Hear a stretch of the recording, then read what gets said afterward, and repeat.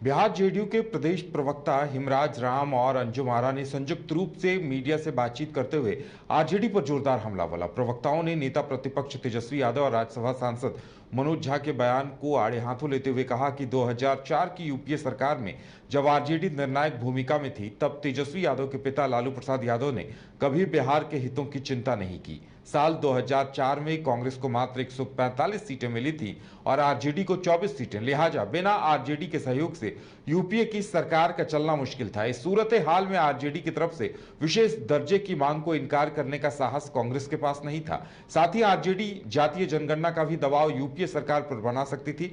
RJD को बिहार से 24 सीटें मिलने के बावजूद भी विशेष दर्जा की मांग को ठंडे बस्ते में डालकर लालू प्रसाद यादव गृह मंत्रालय की मांग पर क्यों अड़े रहे। चर्चा में विशेष तौर पे आप लोगों के समक्ष करना चाहती हूँ। नेता प्रतिपक्ष श्री तेजस्वी यादव जी और माननीय राज्यसभा सांसद प्रोफेसर मनोज झा जी का बयान आया। बयान का इनका सार क्या था? बयान का इन्होंने 2 पॉइंट उठाए हैं, 2 बिंदु को इन्होंने उठाया है। पहला, उन्होंने कहा कि देश में विपक्ष मजबूत है। दूसरा, उन्होंने कहा कि बिहार को, विशेष तौर पे उन्होंने हमारे नेता नीतीश कुमार जी के बारे में कहा कि बिहार को विशेष राज्य का दर्जा और कास्ट सेंसस जैसे मुद्दे उन्होंने रखे कि उठाने चाहिए, और ये भी कहा कि बिहार निर्णायक भूमिका में है।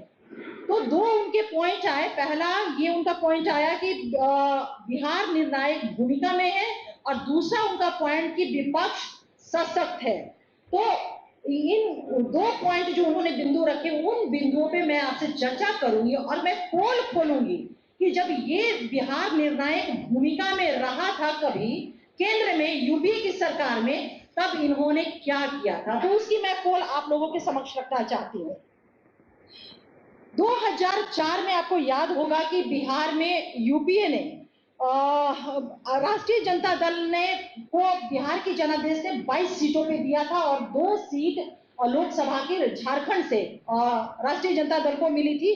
तो टोटल 24 सीटें 2004 में राष्ट्रीय जनता दल को मिली थी और यूपीए को 218 और 59 सीट सीपीआई, जिसको लेफ्ट कहते हैं, कुल मिलाकर के 277 सीटें हुई थी, जिसमें राष्ट्रीय जनता दल का।